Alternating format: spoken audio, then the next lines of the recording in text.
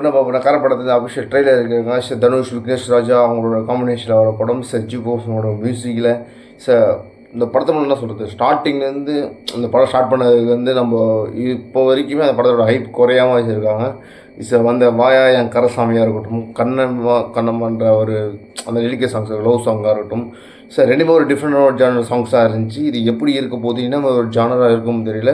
Sir நிறைய ஒரு இன்டர்வியூவில் சொல்லும் போது இது ஒரு இப்போ இந்த போர் நடக்குது இதுவும் ஒரு கனெக்ட் பண்ணி ஒரு படமாக சொல்கிறாங்க. சார் விக்னேஷ் ராஜாவோட போர் தொழில் தெரியும் ஒரு பயங்கரமான ஒரு படம் சரியான படம் அந்த போர் தொழில் அது பயங்கரமாக இருக்கும். அதனால் இன்னும் கொஞ்சம் ஹைப் அதிகமாகிடுச்சு. சார் எப்படி இருக்க போதில் trailer really exam for the trailer போய் பார்த்துலாம். 1 2 3 கோ ஸ்டார்ட்.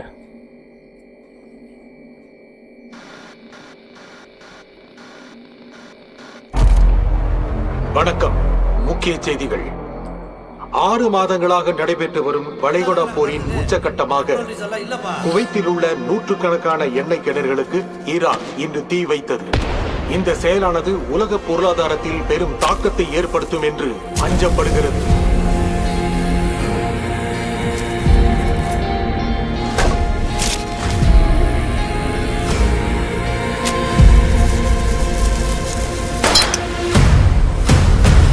திங்கட்கிழமை ராத்திரி ஒரு பேங்க் கதவை உடைச்சு உள்ள போய் திருடி இருக்கான். ஆனா அவன் அதோட நிறுத்தல. அடுத்த நாளே பட்ட பகல்ல இன்னொரு பேங்குக்கு போய் கொள்ளையடிச்சிருக்கான். அப்போ அவனுக்கு ஏதோ அவசர தேவை இருக்கு. சொல்ல வேண்டியதானே? எத்தனை வருஷம் எங்கடா இருந்த? என்ன பண்ணிக்கிட்டு பயங்கரமா இருக்கு. அவன் திரும்பி வந்தல எனக்கு சந்தேகமா இருக்கு. ஏன் அப்படி பேசுற? அவன் தெரிஞ்சுதான்டா வந்திருக்கான். ஓ போலீஸ் அதிகாரியா? எங்க போயிட்டு வர? ஒரு வேலையா போயிட்டு வர. திருட்டு வரைக்கா? எனக்கு பணம் வேணும். என் நிலைமை உங்களுக்கு புரியாது. அடுத்த மதுரையில் ஒரு இடம் இருக்குன்னு ஒரு பண்ண வீடு எப்படியும் 4 லட்சம் ரூபா தருங்க. அப்படின்னா அவன் திருப்பியும் திருடலாம். ஓட்டு பிரிச்சு இறங்குறது தவிர வேற எந்த அளவும் தெரியாது எனக்கு. என்ன பண்ண சொல்றேன்? இல்ல கண்டிப்பா திருடுவான்.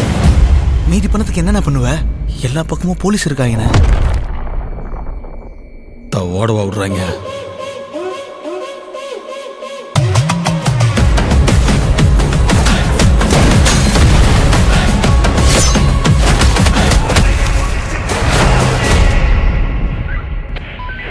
இன்னைக்கு அவன் கண்டிப்பா மாட்டுவான் சார். ஒன்னு உயிரோட இல்ல போனமா.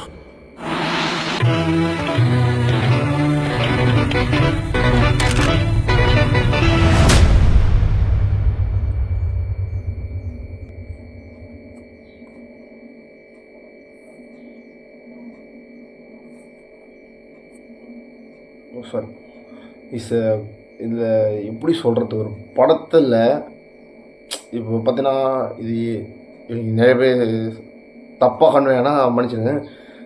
எனக்கு உடனே ஞாபகம் வருது பார்த்தா இந்த வெற்றிமாறன் ஃபிலிமில் எல்லாமே பயங்கரமாக இருக்கும். எடிட்டிங் வைஸாக இருக்கட்டும், ஆர்ட் டிபார்ட்மெண்ட்டாக இருக்கட்டும், சினிமாட்டோகிராஃபராக இருக்கட்டும், மியூசிக் ஐடியாக இருக்கட்டும், அப்படியே ஒரு பவர் பேக்கான ஒரு டீம் இருக்கணும். அந்த மாதிரி இருக்குது எனக்கு கரோட ட்ரைலர் எனக்கு இதுக்கு இந்த கரன்றதுக்கு ஒரு சின்ன எக்ஸாம்பிள் நம்ம விக்னேஷ் ராஜா ஒரு இன்டர்வியூவில் சொல்லியிருந்தார்.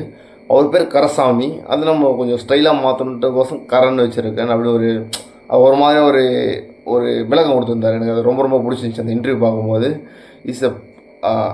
படத்துக்குள்ள சொல்லிடுறேன். இந்த ட்ரெயிலில் பார்த்து வரைக்கும் சொல்லிடுறேன். அதான் அந்த பெட்ரோல் பங்கில் போகிறாங்க.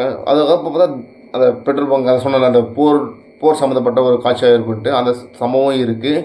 அதுக்கப்புறம் பார்த்திங்கன்னா பாண்டியராஜனோட பையனும் அதுக்கப்புறம் நம்ம தனுஷும் 2 பேர் பார்ட்னர் நினைக்கிறேன். ஆனால் ஒரு மதுரை பண்ணல பயணமாக ஒரு இது இருக்குண்ணா ஆனால் திருட போகலான்றாங்க. அது ஒரு திருடனாக இருக்கார். அதுக்கப்புறம் இப்படி மாறுறாருன்னு சொல்லி கேஸ் ரவிக்குமார் அவர் ஃபாதர் ரோல் பண்ணுறாருன்னு நினைக்கிறேன். தெரிஞ்சு அவன் திருந்தலாம் மாட்டான், திரும்பி அதே தான் பண்ணுவான் அப்படின்னு சொல்கிறாங்க. அந்த எப்படி சொல்கிறது திருட்டுறதுக்கும் அந்தளவுக்கு ஒரு எஃபர்ட் போட்டு அந்த அளவுக்கு ஆக்டிங் பண்ணுறது தனுஷ் தவிர யாராலும் பண்ணவே முடியாது. அந்த போலீஸ் ஸ்டேஷன் அடி வாங்கும்போது ஒரு காலை மெரிக்கிறாங்க, உடைக்கிறாங்க. அந்த சவுண்ட் ஒர்க் ஃபைட்டாக இருக்கட்டும், ஆக்டிங் ஸ்கில்லாக பயந்துச்சு. எனக்கு இன்னொரு டவுட் பயங்கரமாக இருந்துச்சு. மமிதா பச்சனுக்கும் நம்ம தனுஷுக்கும் எப்படி அந்த காம்பினேஷன் அந்த பேர் எப்படி செட் ஆகும்னு ஒரு மாதிரியாக ஒரு சின்ன டவுட்லேயே இருந்தேன் எப்படி தான் செட் ஆகும்ன்ட்டு. ஆனால் பார்க்கும்போது விசுவல்ஸை பார்க்கும்போது அவங்களோட கிரே ஷேட் பயங்கரமாக இருக்குது. இஸ் அதுக்கப்புறம் வந்து பார்த்தோன்னா ஜீவ் மியூசிக் சொன்னால் அது எப்படி தான் சொல்கிறது, ரொம்ப டம்மல் போட்டு அடிக்காமல் அந்த கரெக்டாக அந்த உடுக்க அந்த பீட் ஒன்று வச்சுருந்தாங்க ஒரு எண்ட் போர்ஷனில் ஒரு உடுக்க, அந்த உடுக்க போர்ஷனாக இருக்கட்டும். அதுக்கப்புறம் வந்து அந்த மூஞ்சை கட்டிட்டு போகும்போது ஒரு ரெட்ரோ பிஜிஎம்னு ஒன்று வரும். அது எப்படி சொல்கிறது, அந்த நம்ம 90ஸ்லாம் பார்த்துருவோம் அந்த பிஜிஎம், அந்த ரெட்ரோ ஃபீல் ஒன்று கொடுத்துருப்பான். அவர் கரெக்டாக போலீஸ் இறங்கி உள்ளே போகும்போது அந்த ரெட்ரோ பிஜிஎம்மாக இருக்கட்டும்.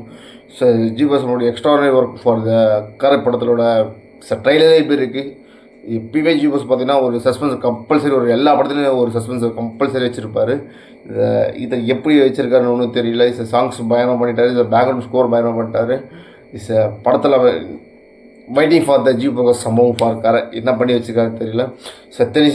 தேனி ஈஸ்வர் அவரோட சினிமாட்டோகிராஃபும் பயங்கரமாக இருக்குது. ஒரு பவர் பேக்கான ஒரு டீமாக இருக்குது. இது இன்னும் ஒரு ஷோயாக தெரியல. நடித்த காஸ்டன் குருவாக இருக்கட்டும், கருணாஸாக இருக்கட்டும், கே ரவிக்குமார் இருக்கட்டும், மகத்து பாண்டியஜனாக இருக்கட்டும், அதுக்கப்புறம் மமிதா பச்சன், தனுஷ் ஆகட்டும், ஆக்டிங் வைஸ் எல்லாமே பயங்கரமாக இருக்குது. ஒரு பவர் பேக்கான டீம், திரும்ப சொல்கிறேன், ஒரு பவர் பேக்கான ஒரு டீமாக இருக்குது. கண்டிப்பாக அந்த படம் ஒரு பயமான பிளாக் பஸ்டர் படமாக இருக்கும்னு எனக்கு தெரிஞ்சு நம்புகிறேன். ஃபைட் பண்ணி பார்ப்போம் படம் எப்படி இருக்கு. ஐ really excite for the movie for the 30 release நினைக்கிறேன், April 30.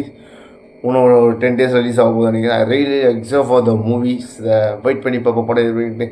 அவ்வளோதான் மக்கள், தீஸ் வீடியோ. தேங்க்ஸ். பாய்.